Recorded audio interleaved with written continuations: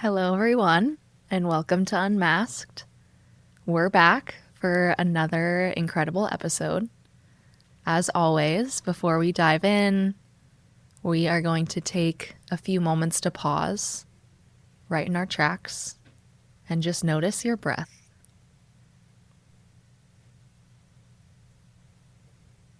However you're showing up today is wonderful, and just give yourself some grace by taking this minute to slow down.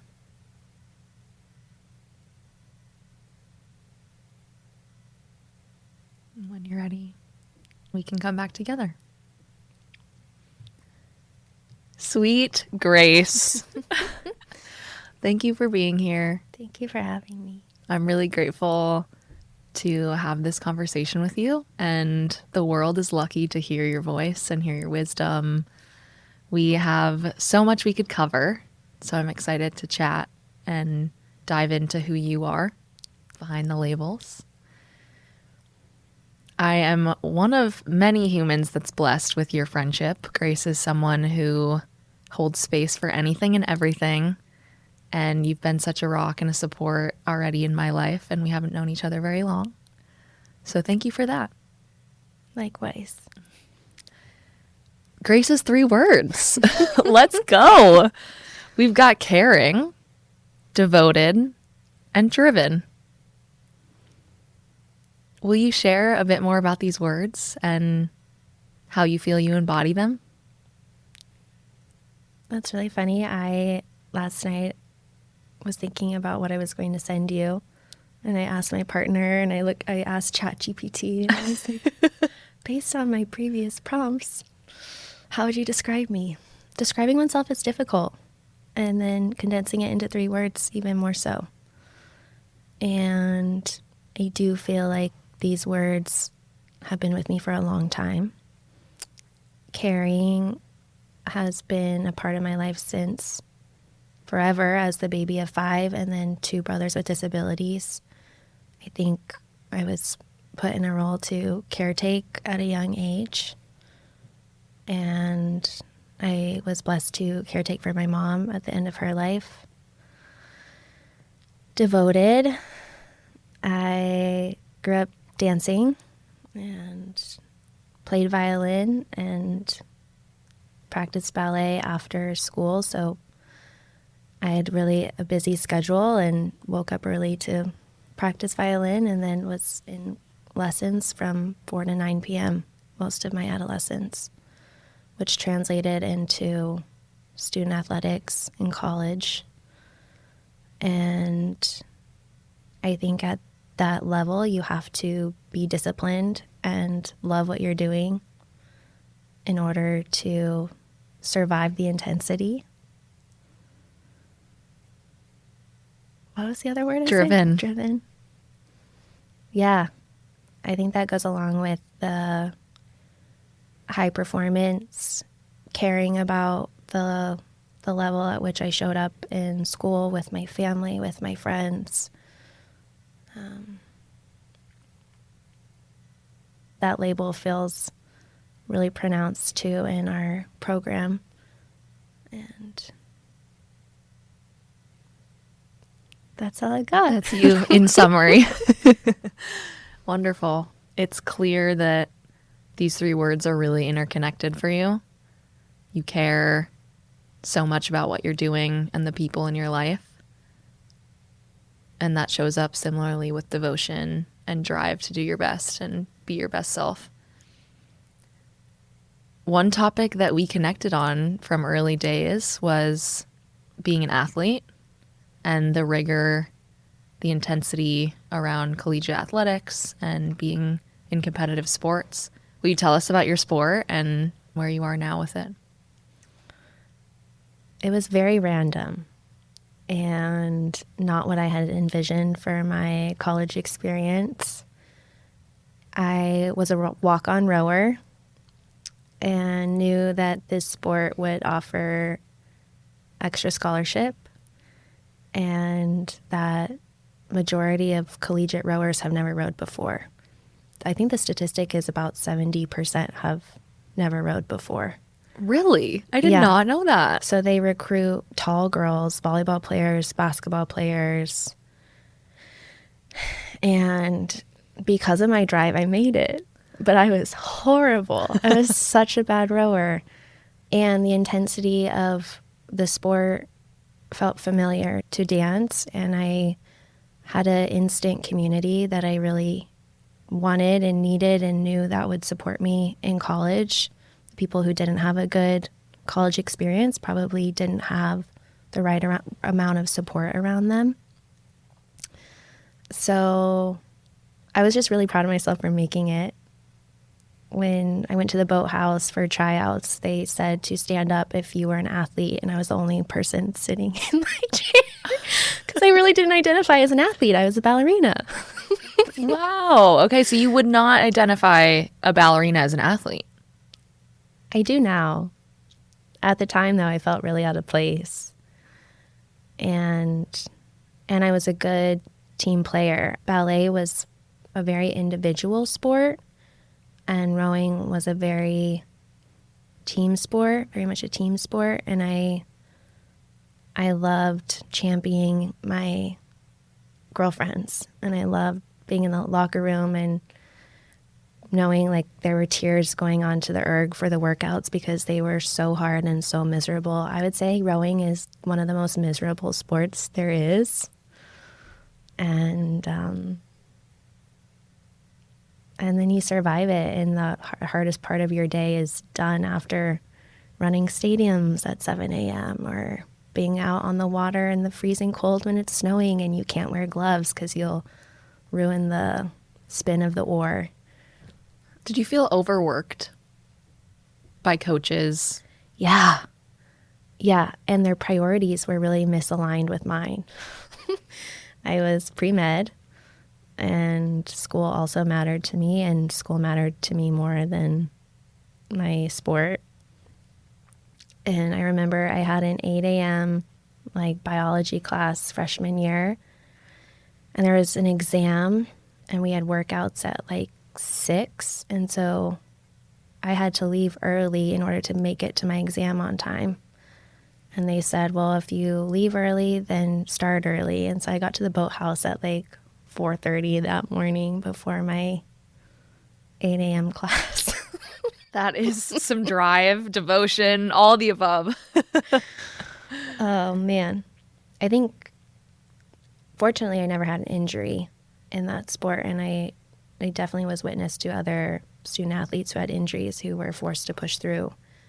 And that felt like a really toxic environment. And what about ballerina? You mentioned dance from a younger age. What was that experience like? When did you start? I think I started when I was 2 or 3. That was really easy and fun, and you had ballet class maybe once a week. And progressively it turned into more hours. And I loved it. I loved it so much. And some of my closest friends today are from ballet when I was growing up.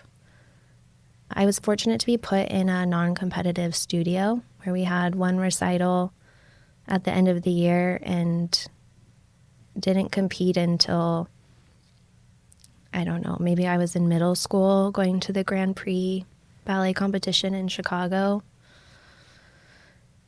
That created an environment where friendships could blossom. But that felt different because you were really connected to your body, maybe more than you should be. That challenged the way I have a relationship with my body now because you were analyzing every line, every ligament, 5 hours in front of the mirror. I don't think is healthy for anyone.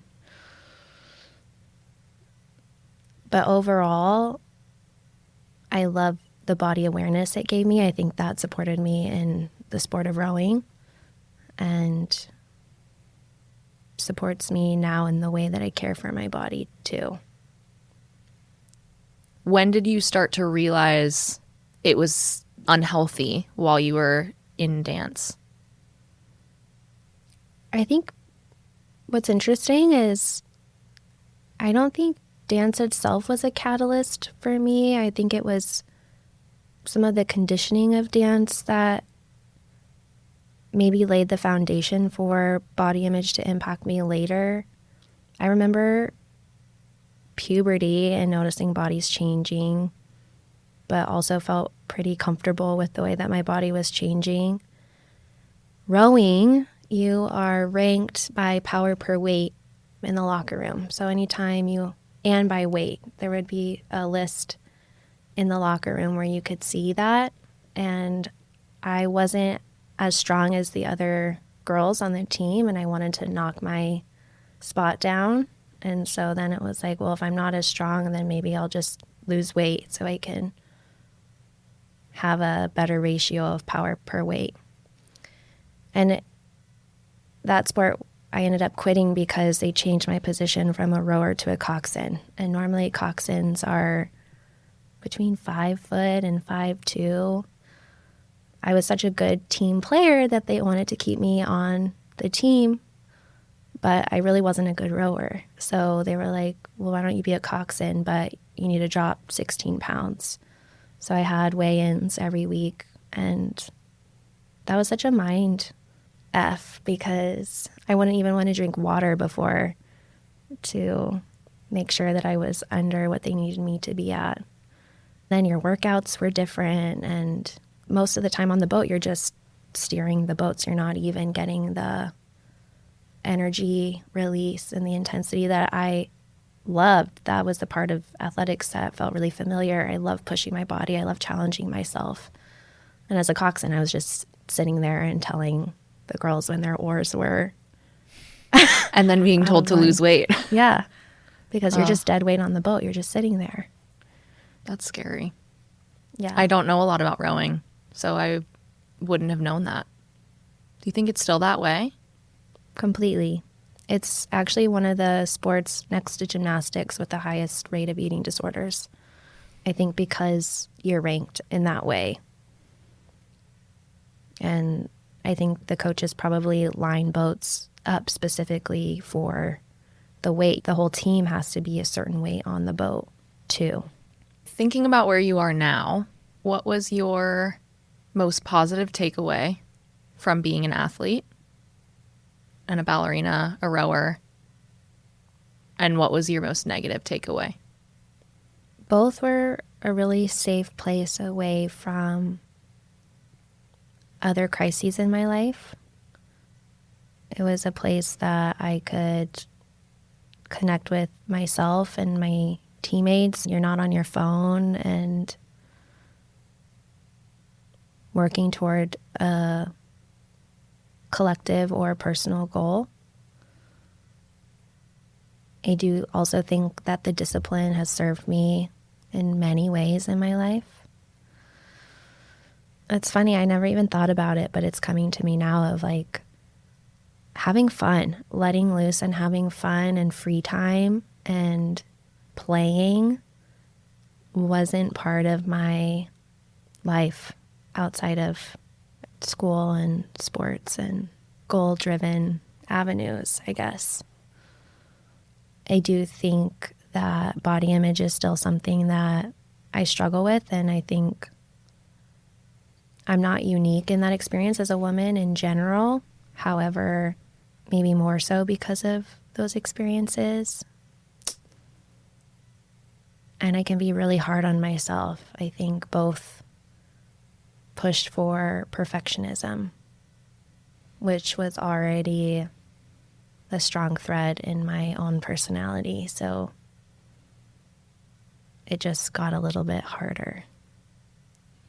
If someone was standing in front of you saying very similar things, having had challenging experience in athletics and now with body image and this perfectionism, what would you say?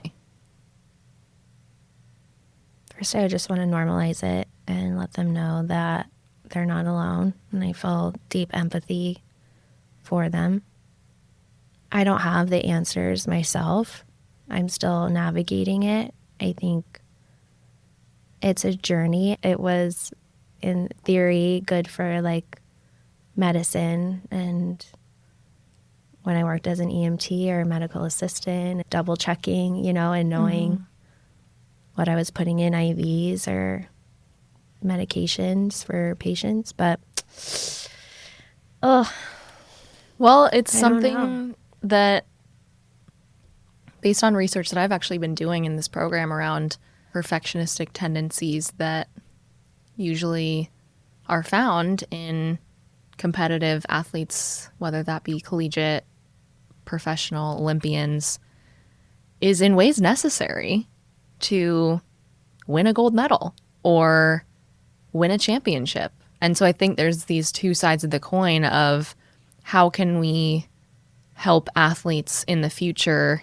understand that there's someone beyond their sport and their strivings and this incessant need to strive for being excellent and also to win, which a lot of people want to do in sports specifically. No one likes losing. Right. I mean, I didn't. Right. So in that environment, in ways it almost felt necessary. And so you're right. I like the thought of, where can you channel some of these tendencies into other avenues of life? Without the anxiety of failure.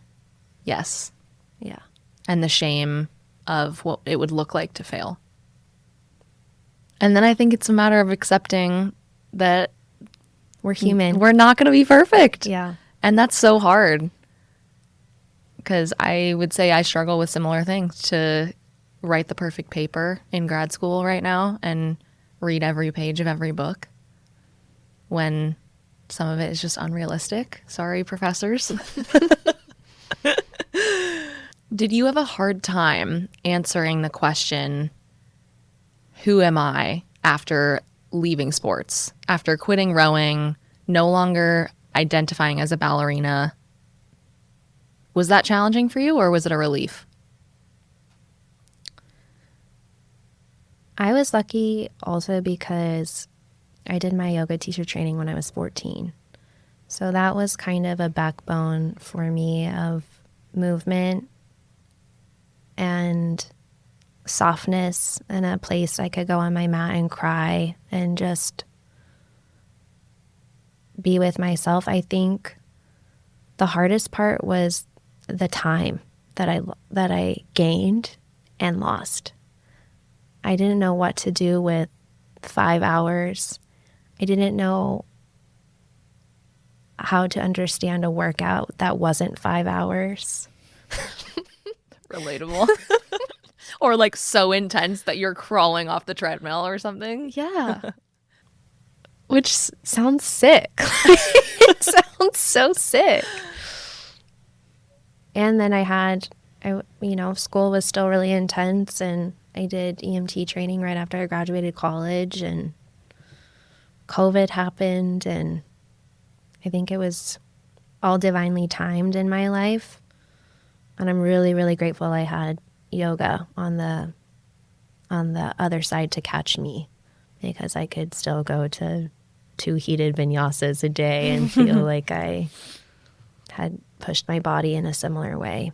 And that's still something I miss from leaving that part of my identity. I think it's really important that we're talking about these things. We just talked about perfectionism, and no one is going to have the best answer because everyone's different in terms of how they deal with it. But talking about it feels like a really good step so that people don't feel like they're alone.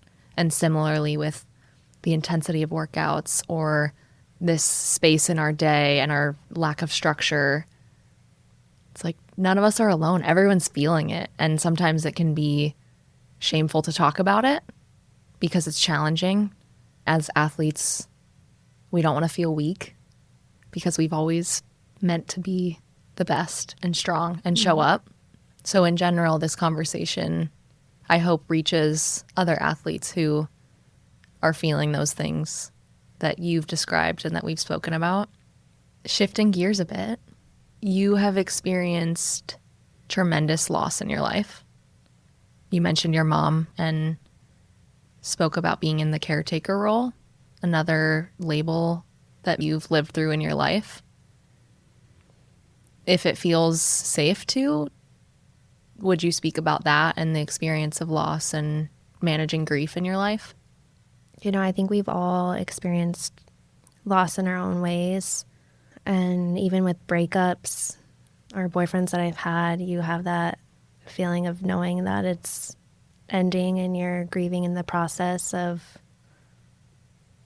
grieving before you even break up with them, or losing a dream of a certain school that you applied to. It's that gut-wrenching pit in your stomach feeling.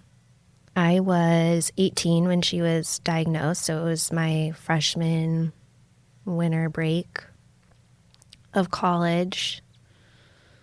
And I was in Colorado skiing, and she texted me that she needed me to come home. I hadn't lived with my family for 3 years prior. I was like, you don't have the right to tell me what to do. But I had a feeling, and I texted her and I said, if it's anything but a health-related reason for me to come home, this will be very selfish. And she didn't respond. So I had a feeling before I even got there, and she was diagnosed with stage 4 stomach cancer. Her decline was pretty rapid. It was an immediate knowing that she needed around-the-clock care. She couldn't keep food down because the tumor was blocking off her stomach. So she had a feeding tube and then a gastric pump on the other side of the tumor, and needed help toileting and bathing and showering. And we did pursue chemotherapy. And if you decide to pursue more than, I think, 8 rounds, then insurance won't cover palliative care. So there were no nurses. She spent actually after the feeding tube, she was in the hospital for a month. And what's crazy is nurses are so overworked in the hospital setting that she still needed somebody sitting with her to help her press the morphine button when she was in pain because nursing staff couldn't get there in time.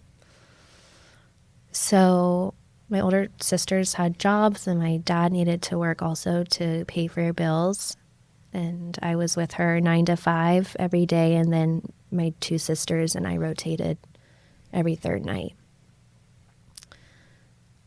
She lost a lot of weight too, so in my family, we were really concerned about the nutrients that she was getting, and we ordered like sea urchins from New Zealand to put in her feeding tube, and vitamin C and greens and everything that's not actually in a allopathic feeding bag.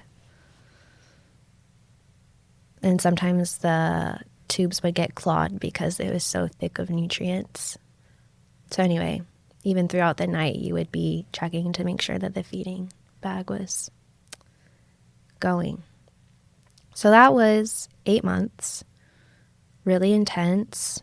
I look back at that time as a time of great strength, and a time I'm really proud of in myself, and a time that I was grateful for to be intimately connected with my mom.